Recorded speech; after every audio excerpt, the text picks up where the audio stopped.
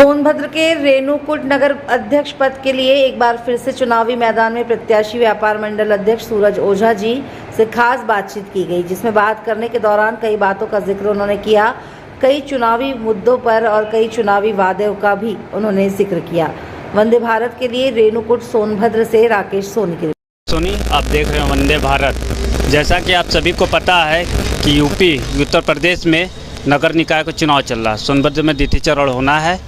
आज सोनभद्र के रेणुकूट में चाचा कॉलोनी में सूरज ओझा की मां प्रत्याशी हैं। सूरज ओझा ने इस चुनाव में बहुत ही मेहनत कर रहे हैं। इसके पहले भी एक चुनाव लड़े हैं जो कि वो हार चुके हैं। और सूरज ओझा जी का आज जानते हैं उनका राजनीतिक कैरियर कहां से स्टार्ट हुआ। इस समय फ़िलहाल में वो व्यापार मंडल अध्यक्ष। नमस्कार भाई साहब। मेरा नाम सूरज ओझा है। वर्तमान में मैं रेणुकूट व्यापार मंडल का अध्यक्ष हूँ। सबसे पहले न्यूज़ चैनल को बहुत बहुत धन्यवाद देना चाहता हूँ जो आप बातों को पहुँचाने के लिए आए। इसके लिए आपको बहुत बहुत धन्यवाद। मैं 7 साल से लगातार समाज के बीच में रहकर समाज में हर तरीके का काम जो हमसे बन पड़ा जनता का करते आया हूँ। इससे पहले भी एक बार हम अपनी माताजी के नाम से नामांकन कराए थे। उस समय भी हमारा चुनाव निशान कंघी था। वर्तमान में भी हमारा चुनाव निशान कंघी है। और मैं अपनी माताजी को नगर पंचायत अध्यक्ष पद का चुनाव लड़ा रहा हूँ। मेरा जनता से यही अपील है कि हमारे चुनाव चिन्ह कंघी पर मोहर लगाकर और रही मुद्दों की बात तो आपसे बता दें कि मैं जब से व्यापार मंडल का अध्यक्ष बना, अध्यक्ष बनने से पहले भी मैं लगातार तमाम मुद्दों पर खड़ा उतरा हूं। आपको पता होगा जब कोरोना काल चल रहा था उस समय कोई अपने घर से निकलने को तैयार नहीं था। एक दूसरे को छुआछूत मानते थे लोग। उस समय अपने समर्थकों के साथ लॉकडाउन में 1 महीना तक ज़रूरतमंदों को भोजन वितरण करने का काम किए। उसके बाद कोरोना काल में ही सैकड़ों मज़दूरों को हिंडाल्को द्वारा निकाल दिया गया था।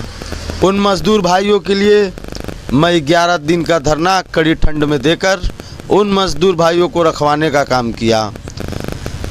चाचा कॉलोनी में ही एक कर्मचारी राज्य बीमा चिकित्सालय है जो मज़दूर भाइयों के लिए बना है। जो सप्लाई के वर्कर हैं उनका इलाज उसमें होता है। आज से कुछ वर्ष पहले उसकी स्थिति इतनी ज़्यादा ख़राब थी हॉस्पिटल की कि लोग वहाँ नशे का अड्डा बना के रखे हुए थे। बिल्डिंगें जर्जर हो गई थी। एक्सरे मशीन नहीं था। मैं दौड़कर हमेशा लखनऊ आना जाना करता था इस हॉस्पिटल को सुधरवाने के लिए कि हमारे श्रमिक भाइयों का इलाज अच्छे से हो, क्योंकि कोई डॉक्टर भी इस हॉस्पिटल में एक डॉक्टर की बस नियुक्ति थी, कोई डॉक्टर आता नहीं था। 5 डॉक्टरों की मैंने नियुक्ति कराया। ब्रिजेश रेणुकूट के जनता के लिए मैंने सबसे पहले इस आई हॉस्पिटल को सुधरवाने का काम किया। 5 नए डॉक्टरों की नियुक्ति कराई। एक्सरे मशीन कई वर्षों से ख़राब पड़ा था, उसको बनवा के लगवाने का काम किया। उसके बाद कोरोना अपने रेणुकूट मुर्धवा की सड़क जो गड्ढे में एकदम तब्दील हो गई थी, उस गड्ढा मुक्त कराने के लिए मैंने धरना प्रदर्शन किया। एसडीएम साहब का घेराव किया। धरना प्रदर्शन करने के बाद उस गड्ढे को भरा तो गया। प्रशासन द्वारा हमारे ऊपर मुकदमा भी लिखा गया, जो कि मुकदमा अभी हमारे ऊपर चल रहा है। हमें मुकदमा का गम नहीं है।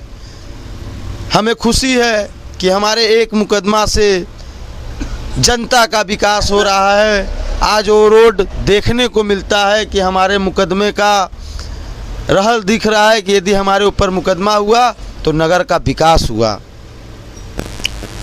और जैसा कि आप जानते हैं कि रेणुकूट में सब्जी मंडी नहीं है। वर्तमान में जो सब्जी मंडी है वो कब्जा हो चुका है।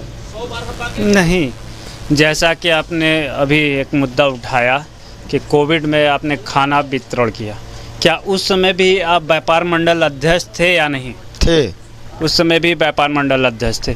आपकी राजनीतिकता कहाँ से स्टार्ट हुई? आपने क्या सोचा कि राजनीति में आए या कहाँ से आपने राजनीति अब स्टार्ट किया? जब मैं अपनी माता जी को चुनाव लड़ाया उसी समय से मैं सक्रिय हो गया, समाज के लिए सक्रिय होकर बिना पद के काम किया, बिना पद के मैं काम किया और सक्रिय रहा। उसके बाद व्यापारी भाइयों का मुझे आशीर्वाद, मैं व्यापार मंडल का अध्यक्ष बना।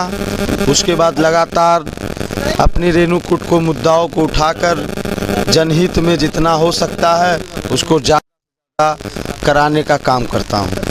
जैसा कि आपने बताया, और चेयरमैन पद के उम्मीदवार लगभग 11 से 12 लोग में सबसे युवा प्रत्याशी आप ही दिख रहा है, सबसे कम उम्र के प्रत्याशी। क्या आपको इस चुनाव से क्या अनुभव मिला? इसके पीछे जो चुनाव लड़े उससे क्या अनुभव मिला? मुझे लग रहा है कि मुझे बहुत ज़्यादा आशीर्वाद मिल रहा है और जनता परिवर्तन करने के मूड में है कि एक युवा और परिवर्तन करें और नगर का विकास कराएं। जनता युवा प्रत्याशी को पसंद कर रही है और जनता अपना आशीर्वाद मुझे दे रही है कि इन दोनों प्रत्याशियों से यहाँ की जनता पीड़ित होकर उब चुकी है।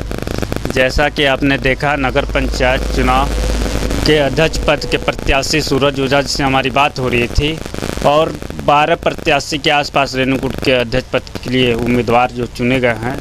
उम्मीदवार तो चुने जाते हैं एक ही, लेकिन उसके पहले सब यही कहते हैं कि हम आगे चल रहे हैं, हम आगे चल रहे हैं, लेकिन फैसला जिस दिन आता है उसी दिन पता चलता है। और हम सूरज ओझा जी को नगर पंचायत अध्यक्ष पद के लिए हम बहुत बधाई देते हैं और ये तहे दिल से मानते हैं कि यही जीते।